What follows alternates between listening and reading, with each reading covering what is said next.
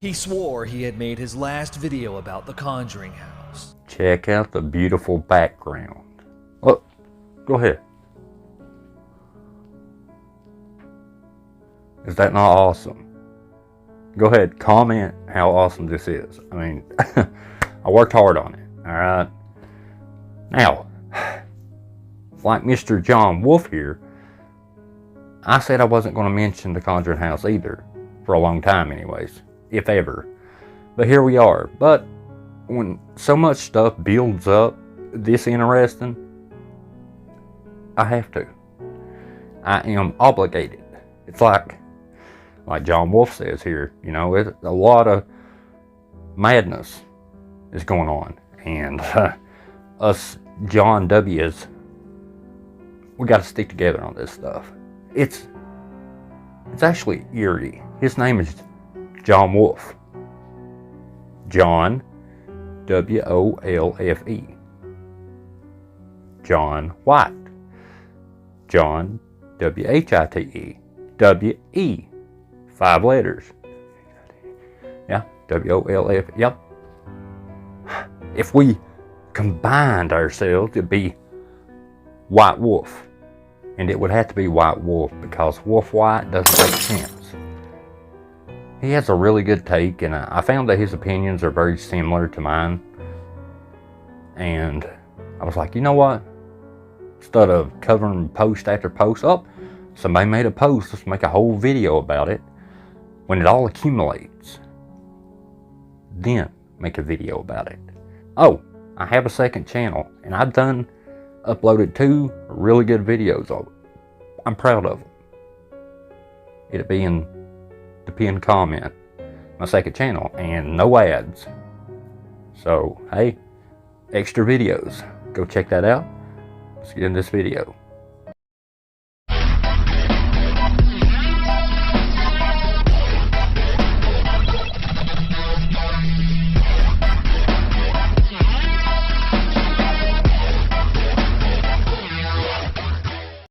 But in just the past few months, things have gotten even worse. A barn fire that left one couple devastated. A couple says they lost thousands of dollars worth of belongings in a barn fire on the Conjuring property.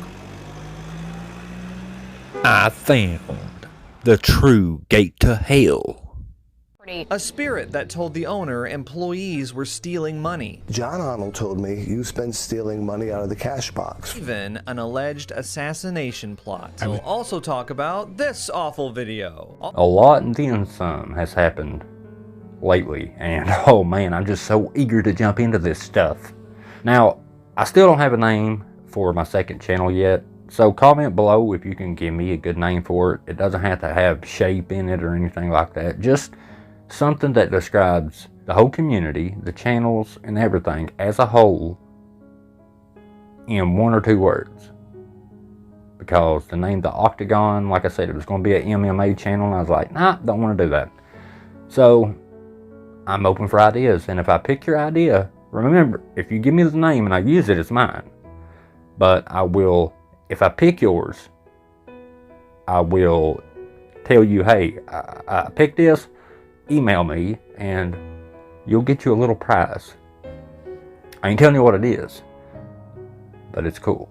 Basically, a Massachusetts real estate developer named Jacqueline Nunez bought the house in 2022. The house was brought back into the spotlight once again by YouTubers Sam and Colby, specifically their interaction with 2 Conjuring House employees, Cody and Satori. Oh my goodness. Feet! There we go. That's what we talking about, baby boy. Oh, we will get to them before this video is done. Satori claimed that spirits can speak directly through them, through a series of knocks that happen when they're embracing each other. This is basically just a magic trick, and Cody's popping his ankle to make the series of ghost knocking sounds. I don't know that I would say magic trick. That is really selling a little magic trick short, because magic tricks are more creative and they can actually trick people. God, I'm a real smart ass. E-F-G-H-I. It's Abigail. Abigail Arnold.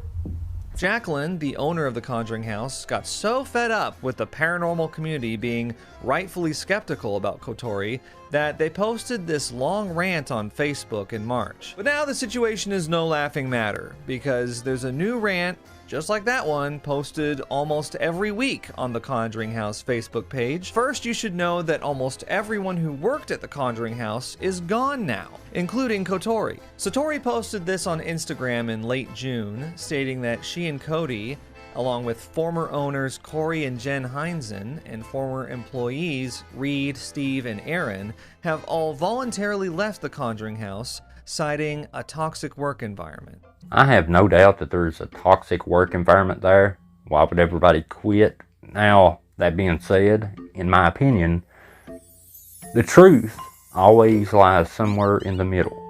Sometimes more toward the owner, sometimes maybe more toward the people that quit. Because I would say there's some stuff that probably will come out anyway that we don't know of yet. True, you almost can't write this stuff. Did you see my little crystal lake? Okay. So what kind of toxic work environment are we talking about? Well, if you can believe it, one that made local news. In December, a fire tore through the barn on the property. We got a call around midnight, I want to say, that the barn was on fire, and immediately we rushed down there, and it definitely was on fire. Thanks for clarifying that this barn was on fire, Cody. The couple says they lost thousands of dollars worth of belongings in a barn fire on the Conjuring property and have been waiting more months to be made whole again. The question will be who, how, and why did that fire start to begin with? And I think we have answers on that as well.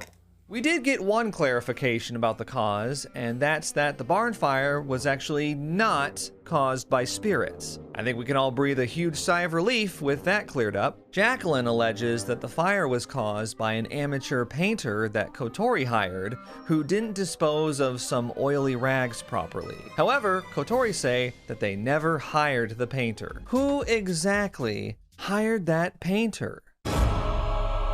Apparently, it was Jacqueline who hired them. Oh, Jacqueline, the owner, hired the painter.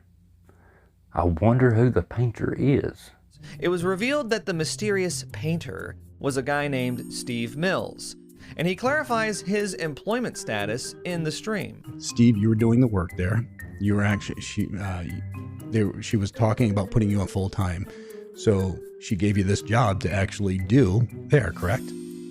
Correct. Yep. To be fair, though, Steve's a member of Jason's organization, TAPS, and Jason is Satori's father. Wow. So many questions just pop up into my little tiny brain. Jacqueline hired the painter. The painter just so happened to be affiliated and friends with Jason Hawes. So she hired this painter, I guess, just out of the blue, and it's just coincidence that he's friends with these guys? Or was it more like a referral? Like, I don't know, Cody and Satori's like, oh, we know a guy that will paint. Comment below what you think. You may know him best as that guy from the show Ghost Hunters. Just something to keep in mind. I'm not saying there was anything shady happening here. The Hawes family knows him. Shady, you say? The Shady Bunch. The Shady Bunch. The Shady Bunch. Here's a story of Cody and Satori and their gang of shady individuals. All of them had all their hair, unlike their daddy. Da da da. Then the one day when Cody met Satori and they planned to take over the world. With their fake method, along came Shapey and exposed them all. The Shady Bunch. The Shady Bunch. That's the way we became the Shady Bunch. Come on, hit that like button. Where else are you going to get content like this, people? The post didn't start to get truly unhinged until this one from July 10th, which was partially in response to the resignation of the former staff. She says here that the Conjuring House attracts hundreds of people from around the globe to partake in one of their f***ing experiences. Here's a post from July 26 claiming that her social media has been hijacked and that her texts and voicemails are being intercepted. This post from August 7th claims that the Rhode Island governor is trying to silence her. I'm not making no bold claims here. These are my opinions, nothing like, it's just alleged. Everything I say is alleged. Barns that catch on fire. There should be fire insurance for that, which would go to Jacqueline, obviously. That's one thing. And if you see yourself going to court and, I don't know, say you want to plead insanity. If you had a bunch of posts that build up over time that are just out there posts, they would say, look, this is 3 or 4 months ago. Look at what she posted here. She is not in her right frame of mind because look at this post. Oh, look at this post 2 weeks later, and look at this one. Now comment below, would that look better on you in court? This post from August 18th claims that Mark Zuckerberg is personally trying to silence her post and is personally inciting hate against her. She also claims to be the Princess of Saudi Arabia. I could go on, but you get the idea. The Facebook posts are becoming both more erratic and more frequent. Just a question for anybody that knows anything about law, attorneys, courtrooms in general. I don't know anything about it. If I was to, let's just say, make these kind of posts like Jacqueline's doing, and I did it for like 4 or 5, 6 months, and then I went to court, and if I pled insanity, would these posts help me? I'm just curious. On July 12th, Jason hosted a live stream with everyone who was named in the resignation announcement. Kotori, Corey and Jen Heinzen, Steve, Reed, and Aaron, all formerly from the Conjuring house. They talked for about 2 hours about Jacqueline and how she was verbally and psychologically abusive to them, most of which is just them reading out loud, angry text messages from her. They're describing the abusive environment they were in the most opaque way possible, to the point where it got very frustrating to listen to. Yeah, I think they're going to use that stuff for court. That's why they're being ambiguous. I think that something happened and they're all getting together and they're probably going to go after her. Or maybe she had it planned to go after them. When people come together all against this one person, either that one person is really bad or ganging up on somebody. I'm just saying, you know, it very well could be Jacqueline is horrible. A former employer of ours very much wanted to control certain narratives and wanted to be able to have certain things done when they wanted to, and even when we were not very comfortable doing so. And sometimes we didn't even know certain things were going to happen until it was already decided for us. Guessing by all that, they mean that Jacqueline wanted them to do the ankle popping method just on a whim for anybody who came along that wanted to see it. Well, let's hope they don't have to prove that that method works in a court of law, because that would be controlled and they would be screwed. Of interesting points brought up in the stream. For example, before content creators could post any footage of their Conjuring house investigation to YouTube, they had to get it approved first. The new rules at the Conjuring house, though, is, unless I'm confused, please let me know, are there rules set forth now that all footage has to be signed off on before it airs? Yes. And that's why Jacqueline doesn't deserve the Conjuring house. Because if I pay that much to come to your house to film a video, I'm going to upload the video. I'm not going to have you, Jacqueline, control the narrative. I mean, what if a skeptic went there and didn't catch anything and said, you know what, this place ain't haunted? That skeptic wouldn't be able to upload the video because she wouldn't like what he had to say. Or she. Controlling the narrative. There's one last bit of interesting info, and that's about how Jacqueline bought the Conjuring house. Long story short, she felt entitled to it and put a lawsuit on us. She put a lien on the house and stopped us from looking at other people to purchase the house. She felt that an agreement that we signed, which was null and void in the state of Rhode Island, according to our lawyers, she felt that she was entitled to that house. I remember those older owners in a video, the ones that were just talking just now. They seem pretty cool. If this is true and Jacqueline done that, lady, I'm told you knew of the assassination attempt on me. I will never be defeated or destroyed by... The clip she posted on Facebook of a pickup truck on the Conjuring house property early in the morning, about 4 a.m., that she claims was driven by Jason. And this footage is of them finally giving up and leaving the Conjuring house because no one was there. Finally, on August 9th, Jason posted another update once again, showing various text messages from Jacqueline, once again alleging that he's an assassin. I think you get the picture. We don't need to read any more 7-paragraph long text messages. Now that we're all caught up on this big mess, I'd like to give some of my thoughts on the situation. First of all, from everything that's been brought forth, the billions of text messages, all the stories from former employees, it's apparent that this was a very toxic work environment, and they were all justified in leaving the place. I have had experience working with volatile and unpredictable personalities before, and you can feel trapped, you can feel gaslit, you can feel helpless, and it's a legitimately scary feeling. Oh, John, I agree with what you said there, but don't say gaslit. I hate that word. Just don't do it. Ever. It's obvious that Jacqueline needs help. The paranormal community has a bad track record of attributing mental illness to demonic possession. It doesn't help that in her posts and texts, she repeatedly says, "I am told blank," or "I have been instructed to say blank." To me, this kind of language clearly suggests a mental health decline. Some will twist this into some fantasy narrative like the house is influencing her. In that regard, it doesn't seem like Jacqueline has any kind of actual support network that will get her the help she needs. I agree with that sentiment, Mr. Wolfe.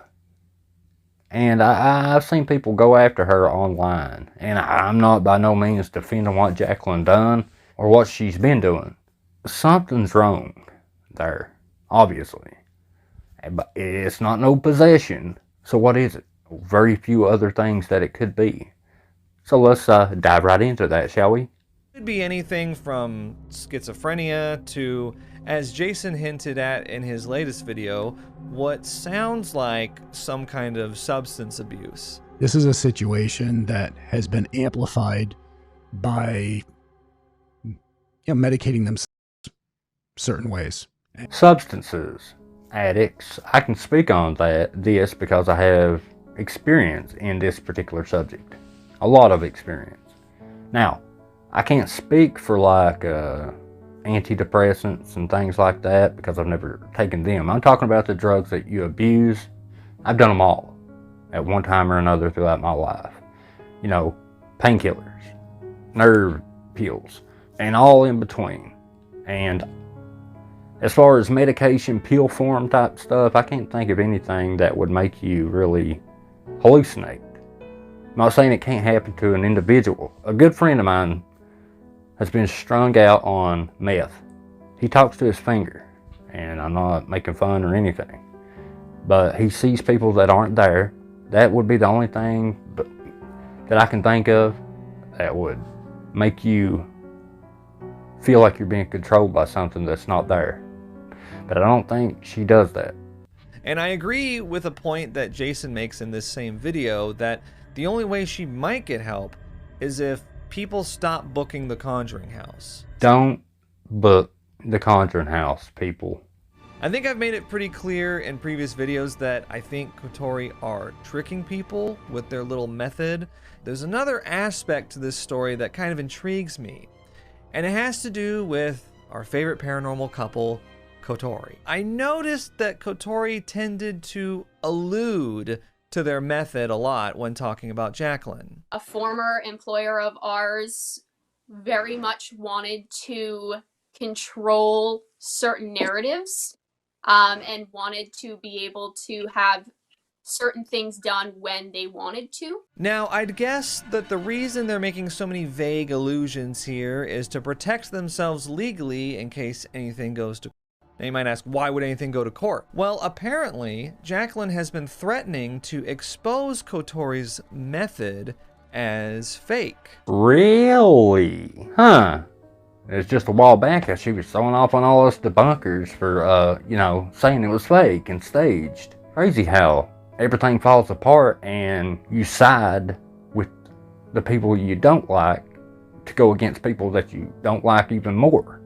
To the point where some of these messages then came in saying that you were going to say people were fake because you felt that was your best way to attack them. Her telling the world that you guys are phony and fake because you didn't want to go back to work there. They are phony. That method does not work. It's never worked, not one time ever. It's staged by Cody and Satori. That's truth 100%.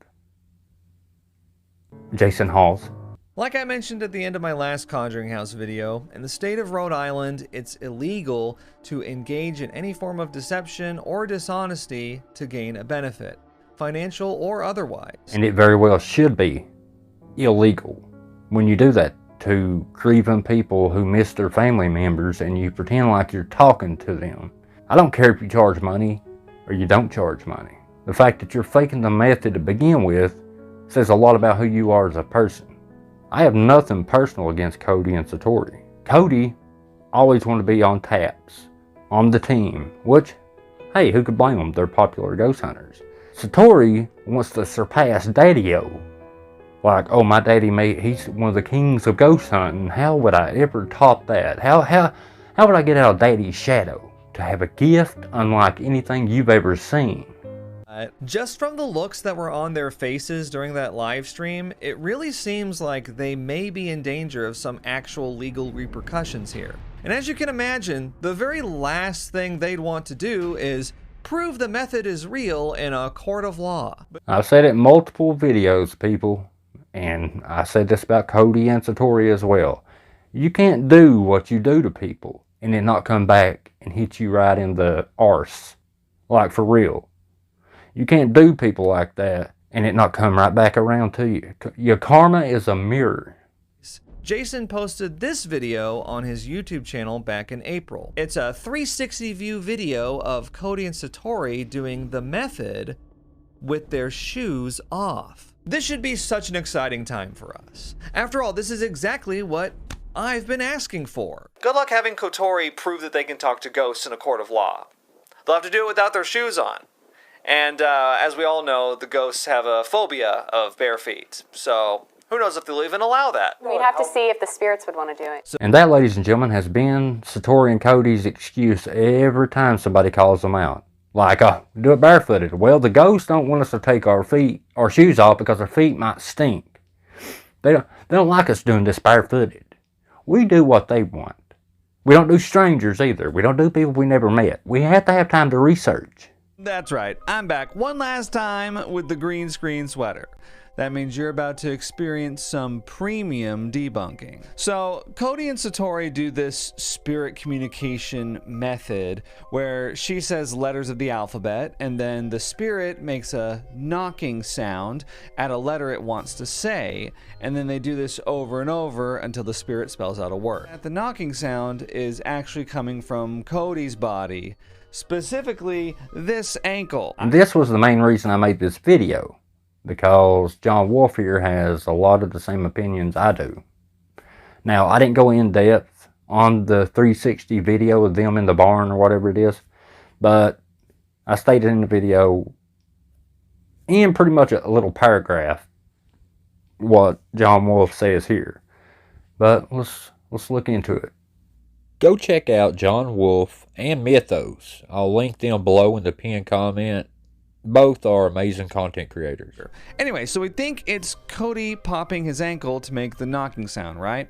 So they've been requested for a long time to do it barefoot. I humbly requested that they do it barefoot at a neutral location. In order for this footage to mean anything or to prove anything, they need to do it at a location that they wouldn't be able to set up beforehand, preferably with a neutral third party present to verify these things. Exactly.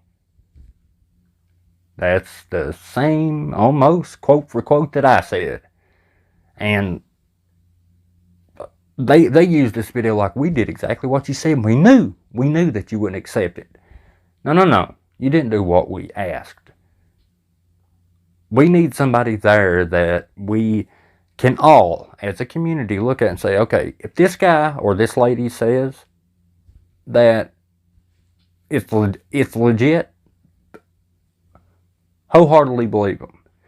If you sent Mythos or John Wolfe or Paranormal Seekers, if you sent Crow of Judas or Side-Eyed Guy or somebody like that, I would take their word for it. Unfortunately, in this video, they are in what looks to be some kind of barn that I'm guessing is owned by their cameraman friend here, whose name is Ken, I think. Ken DaCosta. Alright, you guys just tell me when to knock. Right away, the entire experiment is invalidated. We don't know what's under those floorboards. We don't know what's on top of this roof. We don't know if one of these people holding the cameras is using some device to make the knocking sound. We don't know if the knocking sound is being added in post-production. Yeah, I even mentioned that in the comment section of one of Ken DaCosta's videos, because he was sitting there saying, see, the haters, we can't prove them wrong even though we did the Barefoot experiment. No, we don't know you, Ken. Why should we believe you? You're friends, you're affiliated with them. Why would we believe anything you say? Now, thankfully, Kotori uploaded the footage from the handheld cameras too, which zooms in on their feet and adds a little more detail. The video starts off with this disarming message from Jason. This is no way me pushing anything or any view. I was not there. This is not my equipment. I'm sharing what I was given. Okay, Jason Hawes. The very first thing that happens in the video, and I was in disbelief when I saw this, they start off by talking to some mystery person downstairs, and Ken says they'll see him later. I mentioned that as well. People downstairs. Think about it this way. Why would you go up a ladder to perform this experiment? Would it not be easier to just stay lower? You wouldn't have to carry all that stuff up, all that equipment and everything. Seems like you're going out of your way to do the experiment. Where do the knocking sounds occur? Oh, on the floor. You're on the second floor. There is a whole floor below you. Let's hear some knocks. J, K, L, M, L, L, M. Now, you may notice, first of all, that the knocking sound is very different from how it sounds in other videos. I think this just comes down to a different microphone being used, but it's worth noting. I disagree with John Wolfe here. All their other videos, with the exception of this one, the knocks sounded the same. Like, the volume may have been a little bit different or whatever, but the knocks sound the same. They sound like bones and ligaments and stuff popping. That's what it sounds like. The knocks in this 360 video don't sound like that. They sound like somebody pecking from below on wood. Anyway, watch Cody's feet here. I know you can barely see them because we're roughly 750 meters away, but you can see his toes curl right after the knock. And if it happened just the one time, I wouldn't think much of it, but it happens a lot. E, F, F, R, S, T, T. Can you do two more as fast as you can?